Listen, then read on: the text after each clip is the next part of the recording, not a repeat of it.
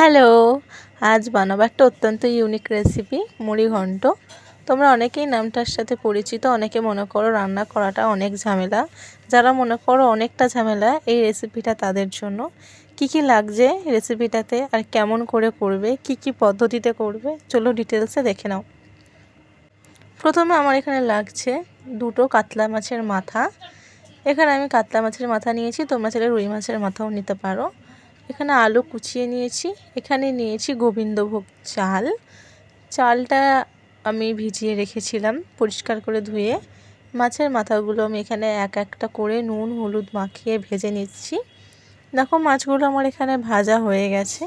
এরপরে আমি এখানে নিয়েছি আদা রসুন বাটা, পেঁয়াজ কুচি। কড়ার মধ্যে এখানে আমি সর্ষের তেল দিয়েছি। দেওয়ার পরে দিয়ে দিয়েছি ফোড়নে দুটো তেজপাতা, গোটা গরম মশলা দিয়ে একটু ভাজা ভাজা হয়ে এলে দিয়ে দেবো ওর মধ্যে দুটো শুকনো লঙ্কা কুচি। দেওয়ার পর পেঁয়াজ কুচিটা দিয়ে দেব। দিয়ে পেঁয়াজটা ভালো মতন করে ভেজে নিতে হবে। ভালো মতন বলতে হালকা ব্রাউন কালার বা বাদামি কালার এলেই পেঁয়াজটা মোটামুটি ভাজা হয়ে যাবে। এর মধ্যে দিয়ে দেবো 2 থেকে 3টে দানা চিনি।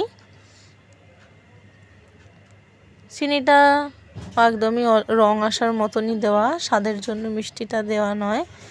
ভালোভাবে আমি পেঁয়াজটা ভেজে নিচ্ছি। পেঁয়াজটা ভালো মতন ভাজা হয়ে গেলে এর মধ্যে দিয়ে দেব টমেটো কুচি। মশলাটা কিন্তু ভালো মতন করে কষিয়ে নিতে হবে, নাহলে একটা আদা রসুনের কাঁচা গন্ধ ছাড়ে। এর মধ্যে আদা রসুন বাটাটা আমি দিয়ে দিলাম। দিয়ে ভালোভাবে আমি মশলাটা আমি কষিয়ে নেব।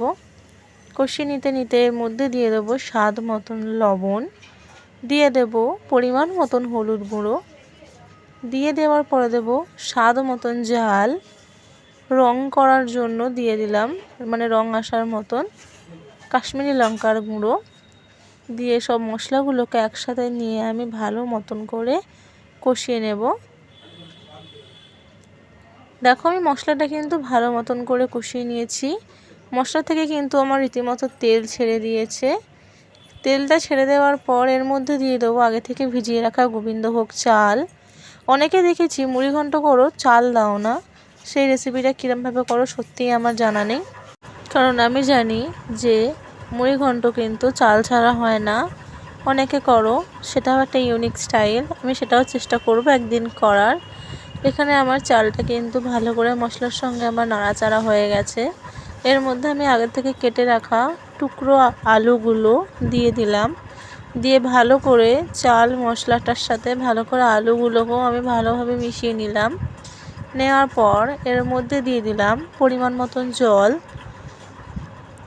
জলটা কিন্তু তোমরা পরিমাণ মতন দেবে, যাতে চালটা কিন্তু সিদ্ধ হবে, এরকম অনুযায়ী একটু জল দিতে হবে। এখানে কিন্তু আমাদের জলটা ফুটে গেছে। এর মধ্যে দিয়ে দেবো আগে থেকে ভেজে রাখা কাতলা মাছের মাথাগুলো দেওয়ার পর আমি কিন্তু খুন্তি দিয়ে মাছের মাথাগুলো ভেঙে ভেঙে দেওয়ার পর 10 থেকে 15 মিনিটের জন্য চাপা দিয়ে দেব। চাপা দেওয়ার পর এর মধ্যে দিয়ে দেবো সানরাইজের শাহি গরম মশলা। তোমরা গরম মশলা যারা ফ্লেভারটা পছন্দ করো না তারা কিন্তু এটাকে স্কিপ করতে পারো, এটা অপশনাল। গরম মশলাটা দিয়ে হালকা নাড়িয়ে চাড়িয়ে নামিয়ে নেব। কিন্তু নামানোর আগে এর মধ্যে অ্যাড করব অল্প পরিমাণে ঘি। ব্যাস, তাহলে রেডি আমাদের আজকের মুড়ি ঘন্ট। আমার রেসিপিটা কিরম লাগলো কমেন্টে জানিও। ভালো লাগলে একটা লাইক করে পাশে থেকো, আর সাবস্ক্রাইব করতে ভুলো না। পাশে থাকা বেল আইকনটি প্রেস করে দিও, যাতে সবার প্রথমে ভিডিও আসলে তোমাদের কাছে নোটিফিকেশানটা পৌঁছে যায়। দেখা হবে নতুন কোনো আর একটা ইউনিক ভিডিও নিয়ে। ততদিন ভালো থাকবেন, সুস্থ থাকবেন। দেখা হবে নেক্সট ভিডিও।